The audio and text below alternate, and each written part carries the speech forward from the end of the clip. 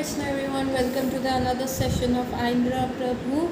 This is session number 16 और आज हम बात करेंगे कि आइंद्रा प्रभु और उनकी डीप सीटेड रियलाइजेशन से जो वे इतना जल्दी बता देते हैं। कहते हैं कि जो आपके अंदर हृदय के अंदर जितने भी रियलाइजेशंस होती हैं आपको बिल्कुल भी रिवील नहीं करनी चाहिए, नहीं तो वो स्फूर्ति आनी जो होती है बंद हो जाती है। लेकिन आइंद्रा प्रभु इतना कृपामय थे कि वो इन सारी चीज़ों को बता दिया करते थे ताकि लोगों को इंस्पिरेशन मिले हरि नाम करने की, ताकि और लोग जो है अच्छे से साधना से सिद्ध होए और हरि नाम करते रहे और शिला प्रभुपाद के जितने भी इंस्ट्रक्शंस हैं उनको वो फॉलो करते रहे। लेकिन इसकी वजह से क्या होता था, उनके ऊपर बहुत सारे लोग उनको जो है गलत लेते थे। बहुत सारे लोग जो थे उनको सोचते थे कि ये सिर्फ दिखावा करते। इवन उनको ऊपर जीबीसी जो गवर्निंग बॉडी कमीशन है इस्कॉन की, वो भी उंगली उठाती थी और उनको रिटर्न जो थे जवाब देने पड़ते थे। सो ऐसा ही हुआ। नवंबर 1998 में आइंद्रा प्रभु जो थे वो उन लोगों में से थे जो शिला प्रभुपाद के डिसअपीयरेंस डे के उपलक्ष्य में बोलते थे। शिला प्रभुपाद के जितने भी डिसाइपल्स थे उनका ग्लोरिफिकेशन जो होता था, उनका ऑफरिंग जो होता था वो उस दिन होता था। और क्योंकि आइंद्रा प्रभु का जो एक्सपीरियंस था और जितना वो लंबा बता देते थे और कई बार उनके कंट्रोवर्शियल कमेंट्स हो जाते थे, इसीलिए उनको जो है जल्दी बुलाया नहीं गया, उनको रात को बुलाया गया, मिडनाइट पे बुलाया गया। In fact he was the last initiative Shila Prabhupada disciple जिन्होंने रात के 12 बजे मिडनाइट पे उनके बारे में बोला। मतलब शुरू में मॉर्निंग में सारे प्रभुपाद के जो डिसाइपल्स थे उनको वो मौका मिला, लेकिन उनको बोलने का मौका ही नहीं मिला। और जब उनको मौका मिला तो जितने भी सारे इवन ग्रैंड डिसाइपल्स तक बोल चुके थे, शिला प्रभुपाद की ग्लोरिफिकेशन कर चुके थे, बहुत सारे लोग वहाँ से जा चुके थे, बहुत सारे लोग सो चुके थे, सिर्फ कुछ डिवोटीज़ बैठे हुए थे वहाँ पे जिनके सामने आइंद्रा प्रभु ने बोला। शिला प्रभुपाद के जो क्वार्टर्स थे उसमें वो बहुत सुंदर से डेकोरेटेड था, और स्पेशली जो उनकी कॉट थी जहाँ पे वो लेटा करते थे, उनका जो बेड था वो पिंकिश रेड रोजेस से सजा हुआ था। और आइंद्रा प्रभु कहते हैं कि ये जो रोजेस देख के ना मेरे को एक ड्रीम याद आया जिसमें शिला प्रभुपाद आए थे। और ये उस समय की बात है जब वो बहुत ज़्यादा अजगर व्रता करते थे, और उसके उपरांत ये उनको ड्रीम आया था जिसमें शिला प्रभुपाद के चरणों में वो बैठे हुए थे और शिला प्रभुपाद लो डेस्क पे बैठ के अपना बुक ट्रांसलेशन का वर्क कर रहे थे, और आइंद्रा प्रभु उनके चरणों में बैठ के क्या कर रहे थे, जो फूल थे, रोजेस थे, उनके जो थॉर्न्स थे, जो उनके कांटे थे, उनको तोड़ रहे थे। जिस प्रकार से जब वो विग्रह सेवा करते, विग्रहों पे लगाते, उस प्रकार से वो वैसे ही उन रोज़ेस को, ब्यूटीफुल रोज़ेस को काटा फ्री कर रहे थे। और जैसे ही वो उन्होंने ये कार्य ख़त्म किया, उन्होंने एक फूल जो है शिला प्रभुपाद को दिया, और शिला प्रभुपाद ने धीरे से उनकी तरफ देखा और उस फूल को स्मेल किया, इतने अच्छे से उसका फ्रेगनेंस लिया, और बहुत देर तक वो ऐसा करते रहे। और उसके बाद कहा कि आइंद्रा प्रभु को कि yes, now the life is complete, Aindra you are नित्य सिद्धा। उन्होंने आइंद्रा प्रभु को कहा कि अब तुम जो है नित्य सिद्ध हो। और इससे ज़्यादा आइंद्रा प्रभु ने कुछ इलेबोरेट नहीं किया। और आइंद्रा प्रभु कहते हैं शिला प्रभुपाद ने मेरे को ड्रीम्स में आके बहुत सारे इंस्ट्रक्शंस दिए। ऐसा होता था उस समय कि बहुत सारे लोग चाहते थे कि कहते हैं कि गुरु जो है आपका सिद्ध रूप बताता है, आप जो गोलोक धाम में आपका सिद्ध रूप है वो गुरु बताता है। तो क्योंकि शिला प्रभुपाद इस धराधाम से चले गए थे तो बहुत सारे उनके डिसाइपल्स जो थे वो कहते हमें अपना नित्य सिद्ध रूप कैसे पता चलेगा। तो बहुत सारे लोग ना राधा कुंड के बाबा जी के पास गए और कहा कि मेरा क्या रूप है, क्या रूप है, ऐसे उनसे पूछने लग गए। लेकिन ऐसा मना किया जाता है क्योंकि शिला प्रभुपाद कोई मटेरियल चीज़ थोड़ा न थे, भौतिक शरीर थोड़ा न था। शिला प्रभुपाद तो दिव्य थे, तो उन्होंने अपने डिसाइपल्स को ड्रीम्स में आके भी ये चीज़ बताई है।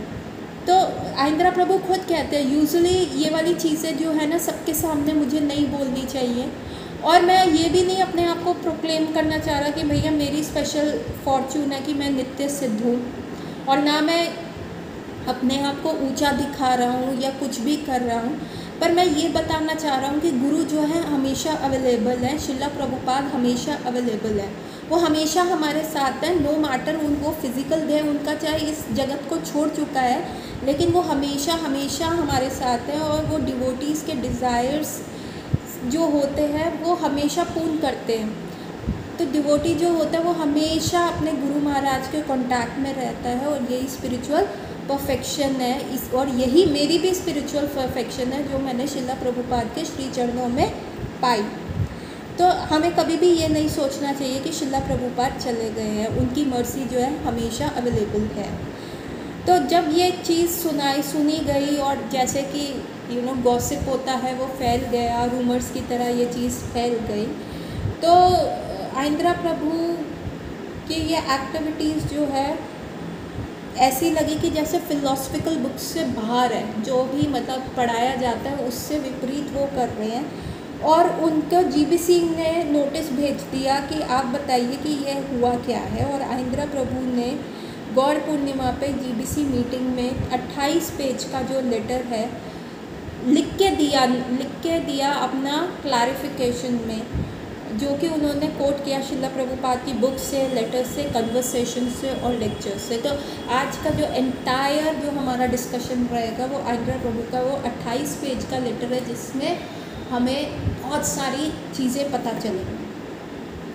तो आइंद्रा प्रभु ने लिखा कि देखिए, जिस दिन शिला प्रभुपाद का डिसअपेरेंस डे था उस दिन सब बिग गन्स ने बोला, ग्लोरिफिकेशन किया, सब ने वो इवेंट अटेंड किया। और जो भी रीज़न था, चाहे कुछ भी था, मैंने वो बोला, रात को मिडनाइट में बोला। मैं लास्ट इनिशिएटेड डिसाइपल था शिला प्रभुपाद को, जिसको उस दिन अपॉर्चुनिटी बोलने को मिली। और मेरे समक्ष जो थे बहुत कम लोग थे, बहुत ही जो मुझे सुनना चाह रहे थे। मोस्ट ऑफ द लोग तो थक टूट के सो चुके थे। और दूसरी बात ये है कि एक ब्रजिस्मा प्रभु और उनकी जो वाइफ है मदर द्रौपदी, उन्होंने अपनी ऑफरिंग में ये मेंशन किया था कि वो शिला प्रभुपाद के ऊपर एक बुक जो है कंपाइल कर रही है जिसका नाम है प्रभुपाद नाउ। और उन्होंने ये रिक्वेस्ट किया था डिवोटीज से कि कुछ भी उनको मेटाफिजिकल एक्सपीरियंस आए, ड्रीम्स आए, जैसे शिला प्रभुपाद खुद अपीयर हुए हैं, तो वो उनसे शेयर किए जाए। तो मैंने खुद सोचा, मैंने एक्सप्रेस किया, क्योंकि उन्होंने ऐसा कहा था, मुझे ये ड्रीम आया था। और ये ड्रीम इसलिए नहीं है कि, और ये सिद्धांत के हिसाब से ड्रीम है क्योंकि आचार्य जो है ड्रीम्स में अपीयर होते हैं। और ये मैंने इसलिए नहीं बताया कि भाई मैं नित्य सिद्ध हो गया, ये मैंने इसलिए बताया कि ये इंस्पिरेशन है, एनकरेजमेंट है और गाइडेंस है लोगों के लिए जो इस्कॉन छोड़ के जाते हैं, या जो उनको लगता है शिला प्रभुपाद ने सिर्फ ऊपरी कुछ दिया, अंदर का कुछ मतलब बेसिक जो माधुर्य राग भक्ति है उसके बारे में कुछ भी नहीं दिया, भाव भक्ति के बारे में कुछ नहीं दिया। तो ये मैं अपना एक्सपीरियंस आप लोगों से शेयर करना चाहता हूँ कि कैसे मैं शिला प्रभुपाद के लोटस फीट पर टोटली डेडिकेटेड हूँ। और ये मेरा दिल दुखाता है कि जो मेरे बहुत सारे गॉड ब्रदर्स जो हैं, जो इन सारी चीज़ों से जो मतलब मेरा दिल दुखता है जब मैं ये सोचता हूँ कि मेरे कुछ गॉड ब्रदर्स ने ये मूवमेंट छोड़ दिया क्योंकि उनको लगा कि शिला प्रभुपाद इनकेपेबल है हम जैसे लोगों को डिलीवर करने के लिए, ठीक है। और उनको ये लगा कि इस्कॉन में परफेक्शन ऑफ लाइफ का जो मेन चीज़ है वो बताई नहीं जा रही। उन्होंने कहा कि देखो, मैंने नित्य सिद्ध बोला, इसका मतलब ये नहीं है कि मैं नित्य सिद्ध हूँ, मैं वही डर्टी डॉग हूँ। आइंद्रा प्रभु ने ये बोला है, जो हमेशा जो था, जितना गंदा पहले था वो अभी भी उतना गंदा है। और मैं तब तक शुद्ध नहीं होऊंगा जब तक मैं फुल सरेंडर नहीं करूँगा अपने गुरु की मर्सी पे, गुरु के ग्रेस पे। पर एटलीस्ट मैं अपने आप को कंसिडर कर रहा हूँ, मैं होपफुल हूँ, और मैं अपनी गुरु निष्ठा को इसके द्वारा शेयर कर रहा था। और ये करने से पहले मैं अपनी कुछ एक्टिविटीज़ के बारे में बताना चाहता हूँ। तो शिला प्रभुपाद ने कहा था कि पूरा जो स्पिरिचुअल वर्ल्ड है, जो पूरा आध्यात्मिक संसार है वो इस 4 दीवारी में है जो कृष्ण बलराम मंदिर के अंदर है। और मैंने इस स्टेटमेंट को बहुत थोरोली रियलाइज़ किया। मैं कहीं पे भी नहीं जाता, मेरी एग्जिस्टेंस सिर्फ एक टेम्पल रूम में और मेरे लिविंग क्वार्टर्स में और बाथरूम तक ही सीमित है। जैसे हमने पिछले क्लासेस में देखा कि आइंद्रा प्रभु जो थे बाथरूम्स को बहुत अच्छे से शाइन करते थे। जितने भी पब्लिक टॉयलेट्स कृष्ण बलराम मंदिर में थे उनकी सफाई के ऊपर बहुत ज़्यादा ध्यान देते थे। मैं कभी भी गेस्ट हाउस नहीं जाता, रेस्टोरेंट तो दूर की बात है। और कभी भी बिहारी लाल ड्रिंकिंग बिहारी लाल के यहाँ जो वहाँ की फेमस शॉप थी कोको कोला पीने नहीं जाता। मैं विमेंस से अपना जो एसोसिएशन है वो अवॉइड करता हूँ। इसका मतलब ये नहीं है कि मैं उनको हेट करता हूँ, मैं सिंपली इस ट्रुथ से अवेयर हूँ कि मैं इतना ज़्यादा एडवांस नहीं हूँ और ना मेरे पास इतना बड़ा जीवन है कि मुझे बहुत लंबे साल मिले हैं इस जीवन को व्यतीत करने में कि मैं इसको ऐसे वेस्ट कर सकूँ अपने टाइम को। मेरा समय जो होता है कॉन्टिन्यूसली हरि नाम को चैंट करने में जाता है और मुझे बस यही लगता है कि फाइनली मैं अपने आप को किसी प्रकार से अपने आप को जो है एलिवेट कर पाऊँ ताकि मैं अपने आप को प्योर नाम भजन की स्टेज पे लेके आऊँ। मेरा हार्ट और सोल जो है कृष्ण कथा को सुनने में लगा रहता है, जो श्रीमद् भागवतम की क्लासेस में होता है, फिलॉसफी डिस्कस करने में लगा रहता है कृष्णा कॉन्शियसनेस की, जो मैंने अपने स्पिरिचुअल मास्टर से समझी है। 3 घंटे में डेली जो है अपनी फेवरेट स्टोरीज़ जो है शिला प्रभुपाद की कृष्णा बुक से सुनता हूँ जब मैं अपने विग्रहों की सेवा करता हूँ। मैं कभी भी स्पॉटलाइट अपनी तरफ नहीं लेना चाहता था क्योंकि आपको लगता है मैंने कभी भी अपने आप को एक उत्तम अधिकारी के स्तर पे समझा ही नहीं। मैं इवन एक भी डिसाइपल एक्सेप्ट नहीं कर सकता क्योंकि मैं खुद ही कन्विंस नहीं हूँ कि मेरे में वो क्वालिफ़िकेशन आ गई है। हम जो कहते हैं हिप हिप पूरे प्रीचिंग मूवमेंट को, पर ये क्या है? क्या हम स्वयं कृष्ण से एन्चांटेड है? मतलब कृष्ण ने क्या हमारा हृदय एकदम मोहित कर लिया है? क्या हम उस प्रेम के लिए उस स्तर पे आ पा रहे हैं? क्या हम वो डिज़ायर जो है वो कर पा रहे हैं, वो सेवा भावना ला पा रहे हैं रसराज श्री कृष्ण के लिए? और कोई भी यदि इसके बारे में प्रश्न पूछता है कि हाँ आगे कृष्ण प्रेम कैसे पास जाए, कृष्ण प्रेम हार्टफेल्ट डिवोशनल मूड सेवा भावना कैसे करी जाए जिसमें प्रेम प्राप्ति हो, तो कहा जाता है आप चुप हो जाइए, शट अप हो जाइए और अपने काम पे ध्यान दीजिए, ज़्यादा प्रश्न मत पूछिए। और यदि आप प्रश्न पूछ रहे हैं तो फर्स्ट डिज़र्व कीजिए, फिर डिज़ायर कीजिए, पहले उस स्तर पे आइए। लेकिन आप समझिए कि हम ये शरीर नहीं है, हम कैसे इतना समय हमारे पास है कि हम उस लेवल पे आए जब तक हमें गोल नहीं पता होगा। सब कहते हैं वर्क नाउ समाधि लेटर, लेकिन क्या काम करें? हाँ, सब कहते हैं प्रीच प्रभु प्रीच करो, लेकिन क्या प्रीच करें? प्रीचिंग क्या करें? How are we suppose to preach? हम भजनानंदी हैं, हम वर्क एल्कोहलिक नहीं है, वर्कॉलिक नहीं है कि सिर्फ काम करते रहे। हम भजन में आनंद लेने वाले भजनानंदीज हैं। तो जिस प्रकार as devotee of Krishna being engaged in the practical work of Krishna consciousness, हमें जो है भगवान कृष्ण के लिए प्रैक्टिकल वर्क करना है, हाई रियलाइजेशंस लानी है। हमारा रियल मिशन क्या है कि हमें डिलीवर करना है इस वर्ल्ड को कृष्णा के मैसेज से। कृष्णा का मैसेज हर जगह पढ़ाना है, लेकिन सबसे पहले हमें अपने आप को सेव करना है। सबसे बड़ी बात है कि one have to save oneself, और यही सबसे बड़ा कॉन्ट्रीब्यूशन होगा जो हम अपने गुरु के मिशन में देंगे कि यदि हम सिर्फ अपने आप को भी बचा पाए। उन्होंने और फिलॉसफिकल आउटलुक्स के बारे में बोला कि मेरा जो फॉरमोस्ट डिज़ायर है कि मैं जीऊँ और मरूँ इस वृंदावन धाम में, हरे कृष्ण महामंत्र गाते हुए गाऊँ, टॉप ऑफ माई लंग्स गाऊँ, जो मेरे गुरु और गौरांग को अच्छा लगे। शिला प्रभुपाद कहते हैं कि जब तक तुम हाई एस्पिरेशन नहीं रखोगे तब तक तुम्हारे में एंथुजियाज़म नहीं होगा उस एस्पिरेशन को परस्यू करने का। मैं नेचुरली चाहता हूँ कि वो चीज़ मेरे अंदर आए। मैं सच में चाहता हूँ कि मैं कृष्ण के साथ हूँ। और मुझ में अगर आपको ये लगता है कि मेरी ये इच्छा है कि मैं कृष्ण के साथ हूँ और आपको इसमें मेरी फॉल्ट दिखती है, तो प्लीज़ मुझे माफ़ कर दो, क्योंकि ये मेरी नेचुरल डिज़ायर है, अंदर से मेरी प्रगाढ़ इच्छा है। और जब हमें कुछ अच्छा मिलता है ना, तो हम उसे संसार के साथ शेयर करना चाहते हैं।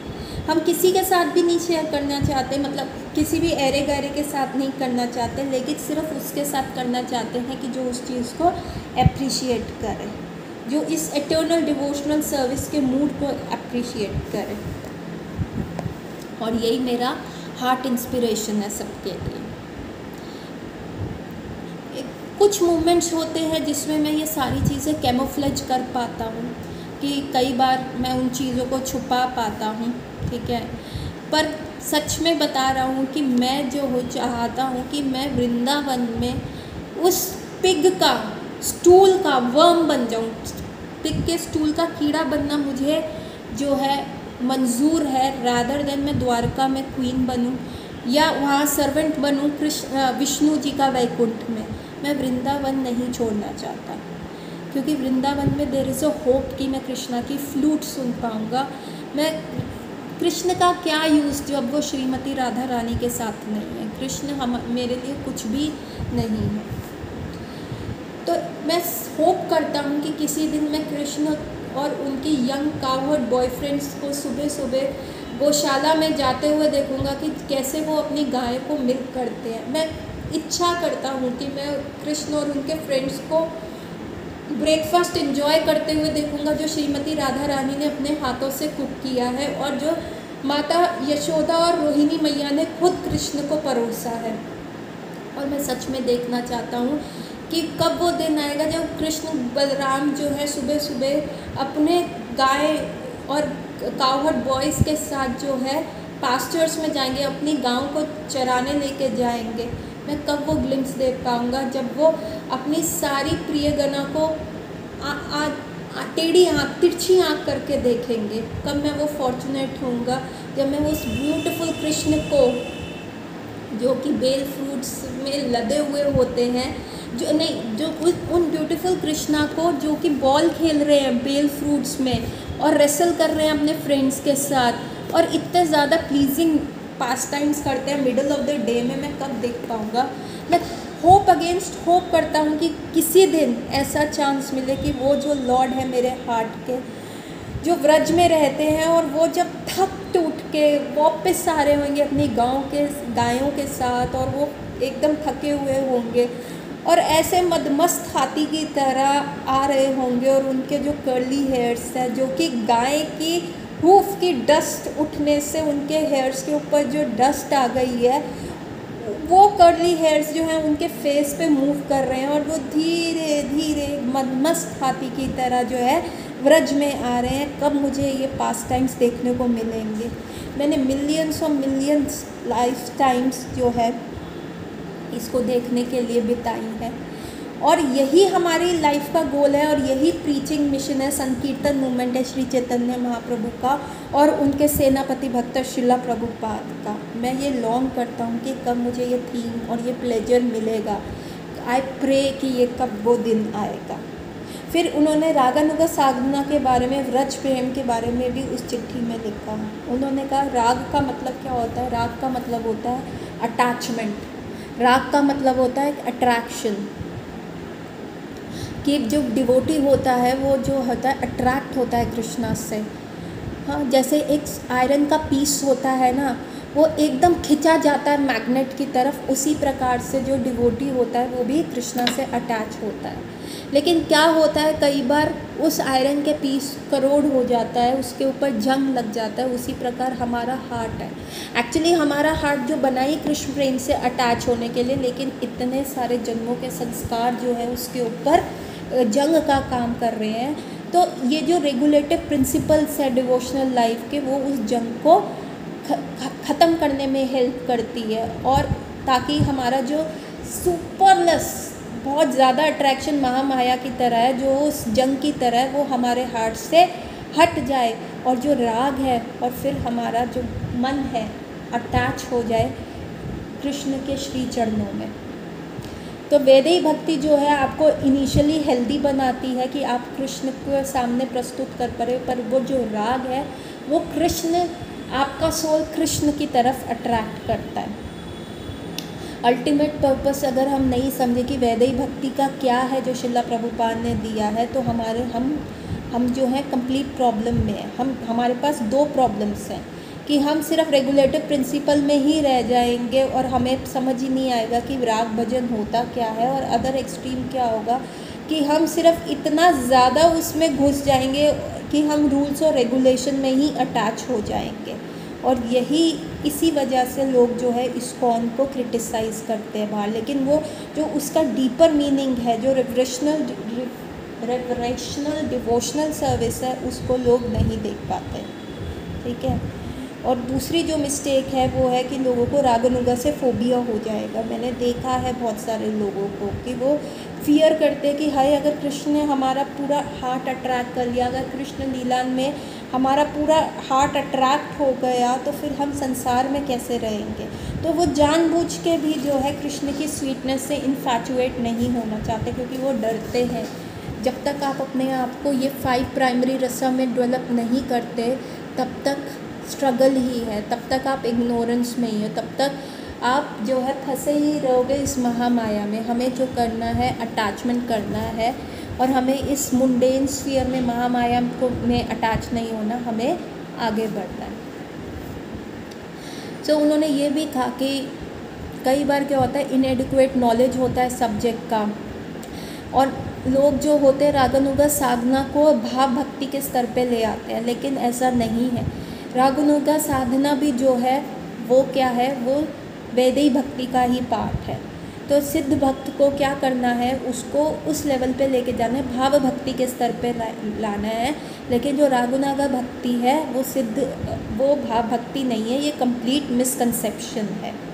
राग भक्ति तब तक परफेक्ट नहीं होएगी, तब लोग कहते हैं आपकी राग भक्ति तब तक परफेक्ट नहीं होएगी जब तक आप उस सिद्ध भक्ति के स्तर पे नहीं आएंगे, आप परफेक्टली लिबरेटेड नहीं होंगे, आप फुल्ली अपने आप को रियलाइज़ नहीं करेंगे, आप कैजुअल, केयरलेस और अनएडिफाइड मतलब कैजुअल और केयरलेस रहेंगे। लेकिन ऐसा नहीं है। भक्ति रसामृत सिंधु ने, रूप गोस्वामी ने ये बताया हुआ है कि 3 प्रकार की भक्ति होती है। एक होती है साधना भक्ति, एक है भाव भक्ति, और एक है प्रेमा भक्ति। ठीक है। और जो हायर है 2 स्टेजेस में, भाव और प्रेम, जो हायर रेंज में इन तीनों में से वो 2 हैं, वो है भाव भक्ति और प्रेम भक्ति। वो तब आती है जब हम परफेक्ट सोल हो जाते हैं, जब हम सिद्ध बन जाते हैं, जब हमें सिद्ध देह की प्राप्ति होती है, तभी हम उसमें भाव और प्रेम को कल्टीवेट कर पाते हैं। इनिशियल स्टेज जो होती है वो साधना भक्ति की होती है, जिसमें जो साधक है वो अर्नेस्टली बहुत बहुत बहुत बहुत ट्राई कर रहा है कि वो जो है बहुत अच्छे से प्रैक्टिस कर रहा है कि वो इस चीज़ को, इस परफेक्शन को ले पाए। और साधना भक्ति की 2 कैटेगरी है, एक है वैदिक भक्ति और एक है रागानुगा भक्ति। और सिंपली क्लियरली रूप गोस्वामी ने ये लिखा है कि रागानुगा भक्ति जो है क्लियरली वो परफेक्शनल स्टेज नहीं है, वो भी सिर्फ एक प्रैक्टिस है। और जो सिद्ध भक्त होता है वो स्टेज पे होता है, वो होता है भाव भक्ति और प्रेम भक्ति पे, जब उसे अपने सिद्ध स्वरूप का पता चल जाता है। और ऐसे साधकों को ही जब तक वो स्टेज पे नहीं पहुंचते तब तक उनको वहाँ पे स्पिरिचुअल स्काई में, स्पिरिचुअल प्लैनेट में जो है एंट्रेंस नहीं मिलती, ऐसा उन्होंने बताया। पर डिफरेंस यही है, जो वैदिक भक्ति का भक्त है ना, वो सिर्फ रूल्स और रेगुलेशंस में पड़ा रहता है। ठीक है, वो जंग हटाने का एक प्रोसेस है।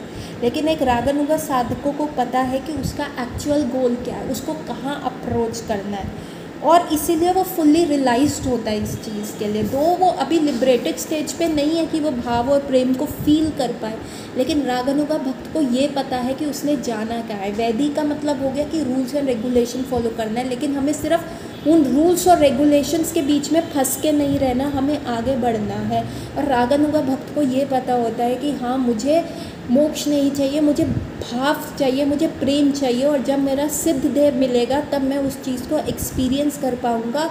और इसीलिए वो भगवान की मर्सी के ऊपर डिपेंडेंट होता है और वो अर्नेस्टली थॉरोली जो है अपने हृदय से हरे कृष्ण महामंत्र को लाउडली चैंट करता है, हरे कृष्ण कृष्ण कृष्ण हरे हरे, हरे राम राम राम हरे हरे। डेस्परेटली अपने हार्ट से चैंट करता है। 6 से 12 घंटे एवरी डे 15-20 साल तक धाम में रह के ऐसा चैंट करता है। और जब वो ऐसा करता है तब आप जान पाएंगे कि एक्चुअल में उसके हृदय में क्या चेंज होता है, उससे पहले आप नहीं जान पाएंगे। तो ये 28 लेटर्स का जो उन्होंने आइंद्रा प्रभु ने GBC को लिखा था, ये उसका एक शॉर्ट वर्जन जो है मैंने आपको बताया। अब ये आइंद्रा प्रभु ने लिख तो दी लेटर, आगे क्या होता है आइंद्रा प्रभु की लाइफ में, क्योंकि ही इज़ बीइंग मिसअंडरस्टूड और हर बार उनको लिखित में अपना जो है एक्सप्लेनेशन देना पड़ता है।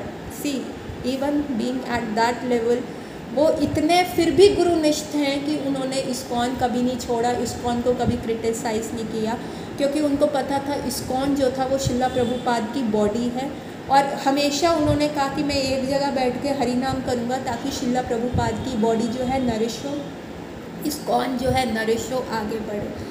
जितने भी प्रॉब्लम्स आई उन्होंने वही कहा। और जिस प्रकार शिला प्रभुपाद ने कहा था कि जो स्पिरिचुअल वर्ल्ड है ये कृष्ण बलराम की 4 दीवारें ही हैं, इसमें ही एंटायर स्पिरिचुअल वर्ल्ड है, वो कहीं भी कभी भी नहीं जाते थे। और उन्होंने जिस प्रकार से ऐसा ले रखा था, क्षेत्र संन्यास ले रखा था, उसी जगह से आगे जानेंगे। आगे उनकी लाइफ में क्या हुआ, कैसे हुआ, वो हम जानेंगे नेक्स्ट क्लास में। तब तक के लिए हरे कृष्णा एवरीवन।